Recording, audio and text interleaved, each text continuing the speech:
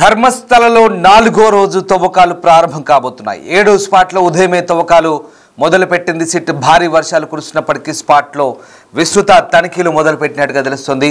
గుంతల్లో నీరు ఉండడంతో పంపులతో తొలగిస్తున్నారు. 6వ స్పాట్లో 3 అస్థిపంజరాలు లభించడంతో 7, 8 స్పాట్లపై ఫోరెన్సిక్ బృందం ఫోకస్ పెట్టింది. స్పాట్లో టెంట్ వేసుకొని దర్యాప్తు ముమ్మరం చేస్తున్నారు. ఇక సిమెంట్, కాంక్రీట్, ఇనుప చువ్వలతో తాత్కాలిక భవన నిర్మాణం చేపట్టారు. అక్కడ అస్థి పంజరాలను గుర్తించేందుకు స్పాట్లోకి ఉప్పు, రసాయనాలను తమ వెంట తీసుకెళ్తుంది ఫోరెన్సిక్ టీం. ఇక 6వ స్పాట్లో లభించిన 3 అస్థికల్లో ఒకటి మగవారిగా నిర్ధారించింది ఫోరెన్సిక్ బృందం.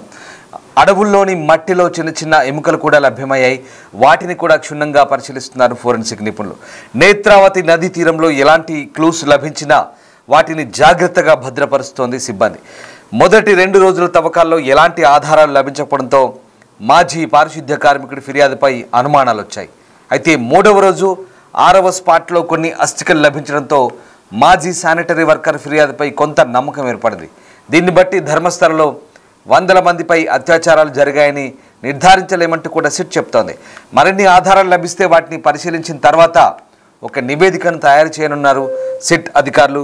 మొత్తం మీద ధర్మస్థలలో జరుగుతున్న శోధనలు పూర్తిగా ఇప్పుడు ఆసక్తి రేపుతున్నాయి. ఇప్పటి వరకు 1985 నుంచి 2000 సంవత్సరం వరకు సమాధి రహస్యాన్ని సిట్ వెలికి తీసే పనిలో ఉంది. ఇక 95 నుంచి 2014 వరకు తాను పనిచేసిన క్రమంలో కూడా వందలాది శవాలను ఖననం చేశానని చెప్తున్న ఆ కార్మికుడి ఫిర్యాదు మేరకు ప్రస్తుతం ప్రత్యేక దర్యాప్తు బృందం ఏర్పాటై దానికి సంబంధించి దర్యాప్తు కొనసాగుతుంది. దక్షిణ కన్నడ జిల్లా ధర్మస్థల ప్రాంతంలో ఉన్నటువంటి ఈ శవాల కేసుకు సంబంధించి ఇప్పుడు సంచలనం రేగుతుంది. ఈ కేసు రోజు రోజుకు పెద్ద మలుపు తిరుగుతుంది. నిజం బయటపడుతుందని ప్రజలు ఆసక్తిగా చూస్తున్నారు. అనామకుడు అలాగే ఫిర్యాదుదారుడు 13 ప్రదేశాల్లో తవ్వకాలు జరుపుతున్న సందర్భంలో వాళ్ళు ఇచ్చిన సూచనలన్నీ కూడా పాటిస్తున్నారు.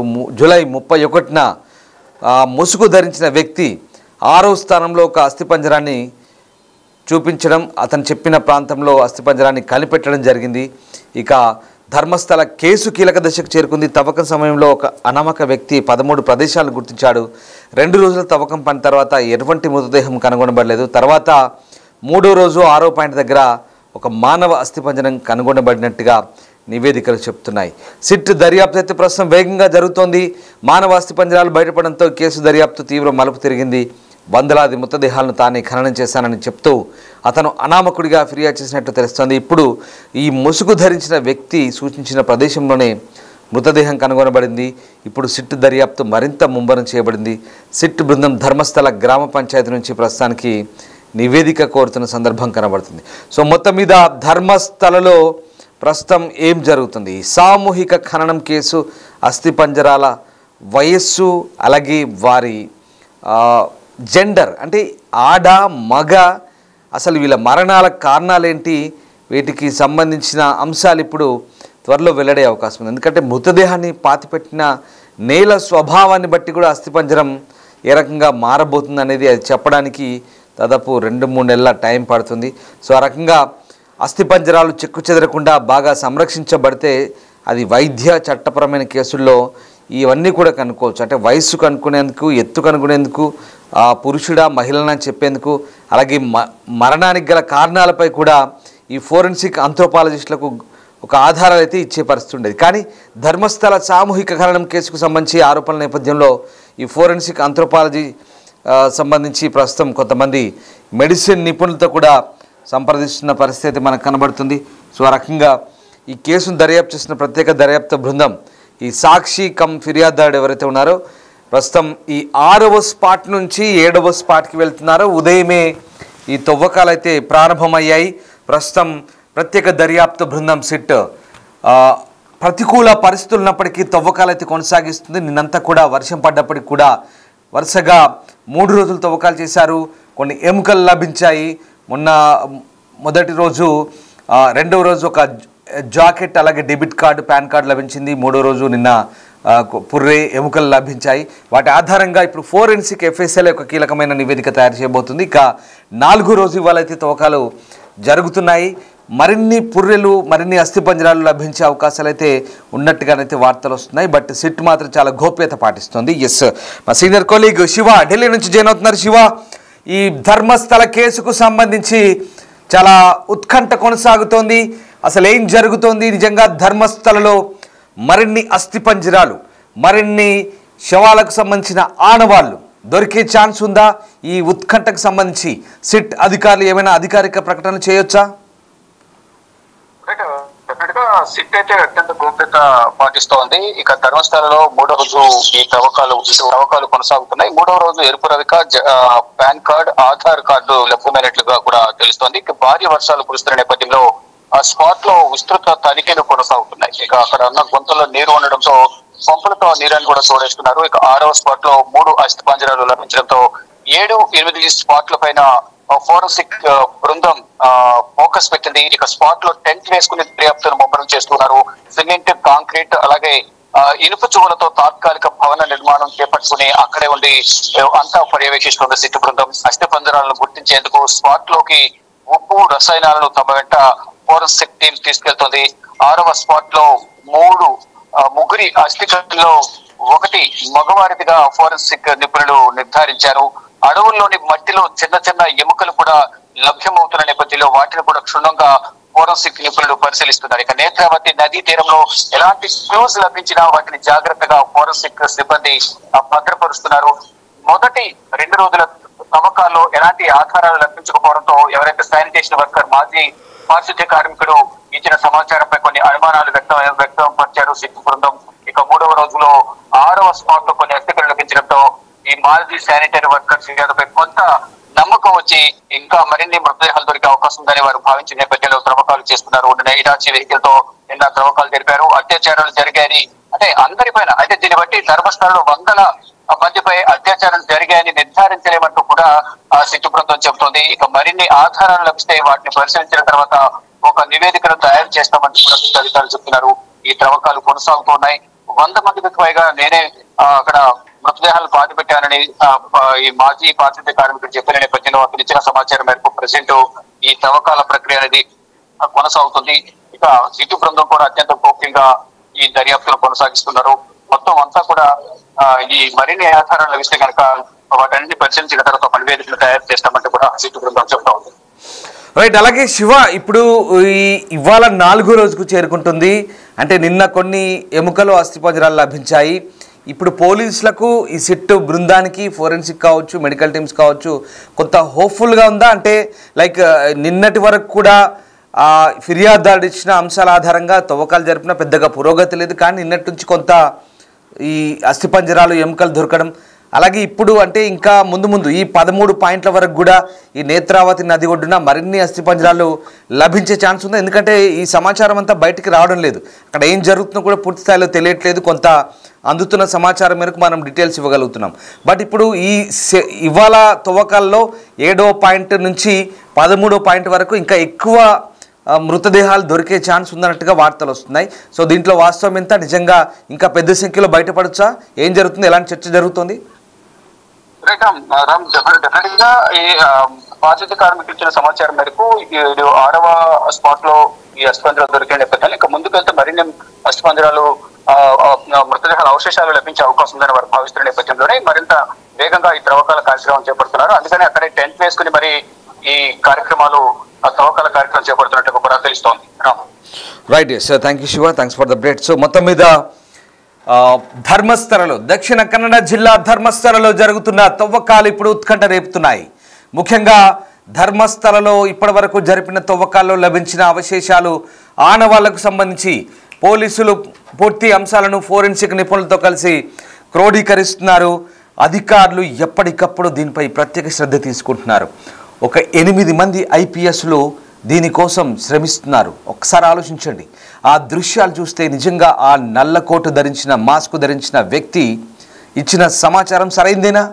మీకేమనిపిస్తుంది? నిజంగా ఇదంతా చూస్తుంటే ఒక వ్యక్తి ఇచ్చిన ఫిర్యాదు, ఆయన అనామకుడిగా వచ్చి ఒక అనామకుడిగా ఇచ్చిన ఫిర్యాదు, ఇప్పుడు అదే సాక్ష్యంగా, అదే ఆధారంగా ఇంతమంది బృందం, ఫోరెన్సిక్, మెడికల్ టీమ్స్, రెవెన్యూ విభాగం, పోలీస్, ఇంకా ఈ దర్యాప్తుకు అవసరమైన ఇతర విభాగాలన్నీ కూడా ఒకే చోట చేరి ఒక బృందంగా ఏర్పడి ఒక డీజీ స్థాయి నేతృత్వంలోని అధికారి నేతృత్వంలో ఒక 6 నుంచి 8 మంది ఐపీఎస్ అధికారులు, ఎస్పీ ర్యాంక్ అధికారులు, రెవెన్యూ విభాగం అధికారులు, ముఖ్యంగా ఆర్డీఓ స్థాయి అధికారులు వీళ్ళంతా కలిసి ఆ దర్యాప్తును చేస్తున్నప్పుడు, ఆ తవ్వకాలు చేస్తున్నప్పుడు నిజంగా ఆ వ్యక్తిని నమ్మొచ్చా, నమ్మే చేస్తున్నారా, నిజంగా ఆ వ్యక్తి చెప్పేవన్నీ నిజాలైనా, నిజాలైతే కనుక 6వ స్పాట్ నుంచి దొరుకుతున్న అస్థిపంజరాల సంఖ్య పెరగొచ్చా, 6 నుంచి 13 వరకు వందల సంఖ్యలో అతను చెప్తున్నట్టుగా బయటపడే అవకాశం ఉందా? మీరేమనుకుంటున్నారు?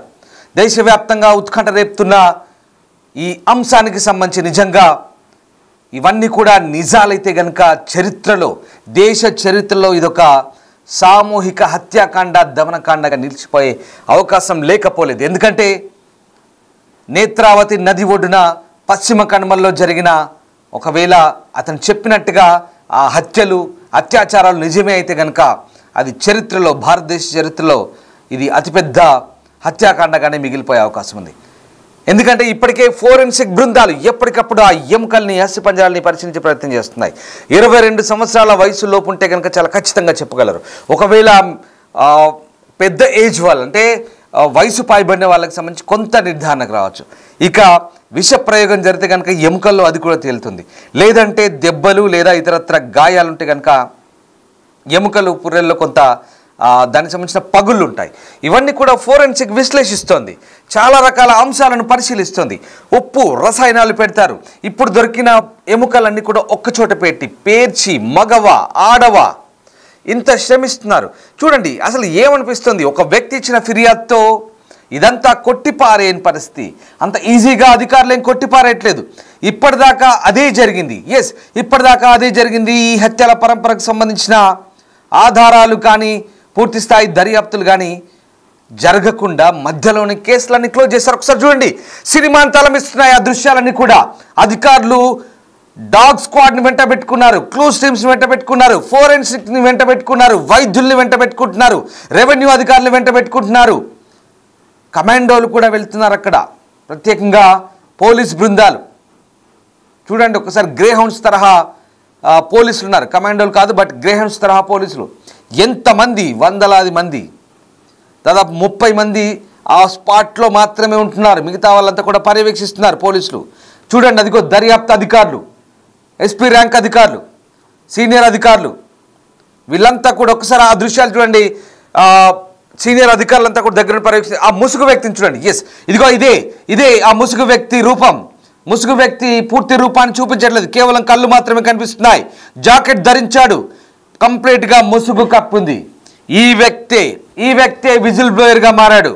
ఈ వ్యక్తి అదిగో చూడండి, ఆ వ్యక్తే చేసిన ఆరోపణలు మామూలు ఆరోపణలు కావు, దేశాన్ని కుదిపేస్తున్నాయి ఆరోపణలు. వందలాది మందిని చంపి పాతి పెట్టారు. స్వయంగా నేనే పాతి పెట్టాను, నేనే పూడ్చిపెట్టాను, నేనే కాల్చిపెట్టాను, నేనే వాటన్నిటినీ అంత్యక్రియలు చేశానని ఆ వ్యక్తి చెప్తుంటే దేశమంతా ఉలిక్కిపడింది. ఇది మామూలు విషయం కాదు. నిజంగా ఈ ధర్మస్థలలో ఏం జరిగిందనేది మాత్రం అంతు చిక్కని విషయం. ఈ అస్థిపంజర అవశేషాలు బయటపడ్డా కొద్దీ, ఒక్కసారిగా ఆ లోతుల్లోకి వెళ్ళినా కొద్దీ ఒక్కొక్కటిగా బయటపడుతుంటే అంశాలన్నీ కూడా ప్రస్తుతం మనకు ఈ అంశాలకు సంబంధించిన అనేక ఉద్విగ్న క్షణాలు బయటపడే అవకాశం కనిపిస్తుంది. ఆ గోతులు తవ్వుతున్న కొద్దీ అన్ని చోట్ల 4 అడుగులు, 6 అడుగులు, 8 అడుగులు లోతు తోడుతుంటే నీటి ఊటలు వస్తున్నాయి, నీరు ఊరుతుంది. ఆ ప్రాంతంలో విష సర్పాలు తిరుగుతున్నాయి, జలగలు వస్తున్నాయి, విష కీటకాలు వస్తున్నాయి. అయినా అడవిలోకి వెళ్తున్నారు, లోపల దాకా వెళ్తున్నారు. అడవిలో పూర్తిగా ఆధారాలు సేకరిస్తున్నారు. ఏ ఒక్కటి తేలిగ్గా తీసుకోవట్లేదు. ఏదో అనామకుడు ఇచ్చిన ఫిర్యాదు కదా అని కొట్టిపారేయట్లేదు. ఎందుకంటే ఆ అనామకుడు, ఆ వ్యక్తి విజిల్ బ్లోయర్గా మారి 1990 నుంచి 2014 వరకు తాను చేసిన ఈ సామూహిక ఖననాలకు సంబంధించి, ఆ అంత్యక్రియలకు సంబంధించి ఒక్కొక్కటిగా చెప్తున్నాడు. అతను చెప్పిన చోట దొరికింది, 6వ స్పాట్లో దొరికింది, నిజంగానే దొరికింది. అక్కడి నుంచి అసలు కథ మొదలవుతుందని చెప్తున్నాను. ఎందుకంటే ఆ 6 వరకు లేదా 9 వరకు స్పాట్లలో నేత్రావతి నది ఒడ్డున ఆ నీటి ప్రవాహానికి బహుశా అవి మట్టిలో కొట్టుకుపోయి ఉండొచ్చు అని చెప్తున్నాడు. అటు తర్వాత దొరుకుతాయి అంటున్నాడు. రోడ్డు పక్కన తోడబోతున్నారు. ఇది 7వది మాత్రమే, ఇవాళ 4వ రోజు మాత్రమే. ఇంకా తోడుతున్న కొద్దీ 13 లేదా 15వ స్పాట్కి వచ్చేసరికి ఎన్ని దొరుకుతాయి? ఒకవేళ నిజంగా వరుస క్రమంలో అస్థిపంజరాలు, శవాల ఆనవాళ్ళు దొరికితే ఇక అది నిజమే కాబోతుందా?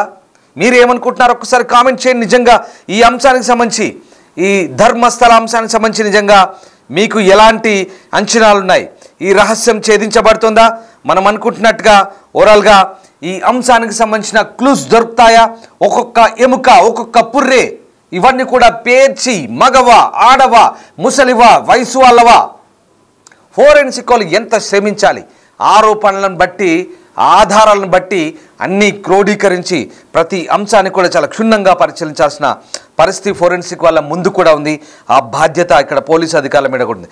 ఒకసారి నేను మీకు ఈ సిట్ విచారణకు సంబంధించిన అంశాలు ఎప్పటికప్పుడు బిగ్ టీవీ అప్డేట్ చేసే ప్రయత్నం మీకు చేస్తోంది. కామెంట్లో మీరు కూడా తెలియచ్చు, మీ అభిప్రాయాలు కూడా పూర్తిగా తెలియజేసే అవకాశం ఉంది. ఒకసారి కొంతమంది జానకి మనకు చెప్తున్నారు, ఏ ఎవిడెన్స్ చూపించకపోతే ఇంత అన్వేషణ, అంత నమ్మకం ఎందుకు అంటున్నారు. అలాగే రవి రాజకీయ నాయకులను తీసుకుపోయి తోడిపియాలంటున్నారు. కోర్స్, కానీ ఇక్కడ ఎవరు మనము ఆయన చేసిన ఆరోపణలకు సంబంధించి ఎక్కడ పర్టికులర్ వ్యక్తులు నిందితులుగా ఇక్కడ పేర్కొనలేదు కాబట్టి ఏ రాజకీయ నాయకులు తీసుకుపోయే పరిస్థితి లేదు. అక్కడ ఎవరిని నిందితులుగా పరిగణించలేదు కాబట్టి అనుమానితులుగా ఎవరైనా ఉంటే, అనుమానితులుగా ఎవరినైనా పరిగణిస్తే, ఎఫ్ఐఆర్ కనుక దాని పూర్తిస్థాయిలో నమోదైతే దాంట్లో అక్యూజ్డ్గా ఉంటేనే ఆ వ్యక్తులు తీసుకుపోయి అక్కడ శోధిస్తారు. కానీ ఇక్కడ తనంతట తానుగా ఒక వ్యక్తి విజిల్ బ్లోయర్గా మారాడు. తనంతట తానుగా ఒక వ్యక్తి ఆ వాస్తవాలను బయట పెడతా అంటున్నాడు. తన చేతుల మీదుగా తనే స్వయంగా చేశాను, నాకు ఆ పాప భీతి వెంటాడుతోంది, నాకు ఆ పశ్చాత్తాపం వెంటాడుతోంది, అందులో తమ కుటుంబ సభ్యులు కూడా బలయ్యారు కాబట్టి తర్వాత అక్కడి నుంచి నేను ఉండలేక వెళ్ళిపోయాను, ఎన్ని సంవత్సరాల తర్వాత మళ్ళీ వచ్చానంటున్నాడు. అదిగో ఆ వ్యక్తే, ఆ నల్లటి ముసుగు ధరించిన వ్యక్తే ఈ సంచలనం మొత్తానికి కారణం. ఇప్పుడు ఆ సంచలనానికి అన్నిటికి కూడా ఈ మిస్టర్ని ఛేదించబోతున్నారా? సంచలనానికి తెరపడబోతుందా? అతను చెప్పిన ఆ రహస్యాలను పోలీసులు ఛేదించబోతున్నారా? ఈ ఆరోపణలను పోలీసులు నిజంగా రుజువు చేయబోతున్నారా? ఏం జరగబోతుంది చూడండి. ఒక్కసారి ఎంత శ్రమిస్తున్నారు, అడవుల్లో గాలింపు చేస్తున్నారు, తవ్వకాలు చేస్తున్నారు. ఇదంతా వృధా ప్రయాసగా మారుతుందా? నిజంగానే అదంతా నిజమని తేలుతుందా? నిగ్గు తేలుతుందా? రహస్యాలు బయటకు వస్తాయా? ఏం జరగబోతుందో ఒకసారి మీరు కూడా కామెంట్ రూపంలో తెలియజేయండి. ప్రస్తుతానికి స్వాతి చెప్తున్నారు, చనిపోయిన అమ్మాయిలకి న్యాయం చేయండి. అఫ్ కోర్స్ అదే ప్రయత్నం జరుగుతుంది. పోలీస్ వ్యవస్థ కూడా అంత బృందం, ఒకసారి చూడండి, ఆ బృందంలో కేవలం పోలీసులు మాత్రమే లేరండి. వైద్యులు ఉన్నారు, ఫోరెన్సిక్ ఉన్నారు, రెవెన్యూ ఉన్నారు, ఇతర శాఖల అధికారులు ఉన్నారు, చాలామంది శ్రమిస్తున్నారు. ఒక వ్యక్తి ఇచ్చిన ఆరోపణతో ఊరికే కొట్టిపారేయట్లేదు. ఈ ఆరోపణ ఒక రాష్ట్రాన్ని కాదు దేశాన్ని కుదిపేస్తోంది. ఈ వ్యవహారం నిన్న మొన్నటి దాకా కూడా ధర్మస్థల్లో ఏదో జరుగుతుందంటే అంత తేలిగ్గా తీసుకున్నారు. ధర్మస్థల్లో ఏదో ఆరోపణలు వచ్చాయంటే అంత తేలిగ్గా తీసుకున్నారు. ఒక సినిమా స్టోరీ మాదిరిగా ఉంటుందనుకున్నారు. ఇవన్నీ కూడా ఈ ఆరోపణలు మామూలుగా ఉంటాయి, ఇవన్నీ కూడా నార్మల్గా జరుగుతుంటాయి, పొలిటికల్ ఇన్వాల్వ్మెంట్ ఉంటుంది, ఇది పెద్దగా ముందుకు సాగలేదు, దీంతో ఏం జరుగుతుంది అనుకున్నారు. కానీ దీన్ని చాలా సీరియస్గా పరిగణిస్తున్నారు. నిజంగా అధికారులను అప్రిషియేట్ చేయాలి, ఆ అధికారులను మెచ్చుకోవాలి. వర్షంలో వాన వస్తున్నా, ఎంత ప్రతికూల పరిస్థితులు ఉన్నా చూడండి, అక్కడ ఆ ఫుటేజ్ చూడండి. నిజంగా ఒక సినిమా తీయొచ్చు, ఒక హర్రర్ క్రైమ్ థ్రిల్లర్ మూవీని ఖచ్చితంగా దాన్ని తలపించే, దాన్ని తలదన్నే విధంగా ఉంది. అంతకు మించి ఉంది ఇక్కడ. అలాంటి పరిస్థితులే కనుక అక్కడ ఉంటే కనుక ధర్మస్థలలో ఏం జరుగుతుందని మాత్రం నిజంగా ఒక ఉత్కంఠకర పరిస్థితిలో ఉండబోతున్నాయి. ధర్మస్థల అంశానికి సంబంధించి ఆసక్తికర అంశాలు కనుక వెల్లడైతే ఇంకా రేపు ఎలా ఉండబోతుంది?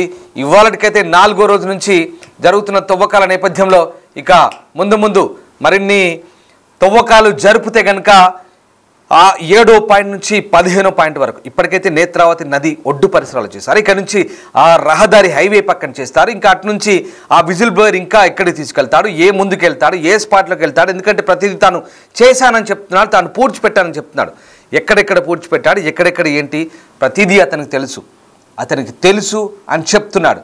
అతను చేసింది నిజమేనా, అతను చెప్తుంది నిజమేనా, ఏం జరుగుతుంది, ఎలాంటి వాస్తవాలు బయటపడతాయి, ఎలాంటి రుజువులకు, ఆరోపణలకు రుజువులు ఆధారాలు దొరుకుతాయి. Let's wait and see.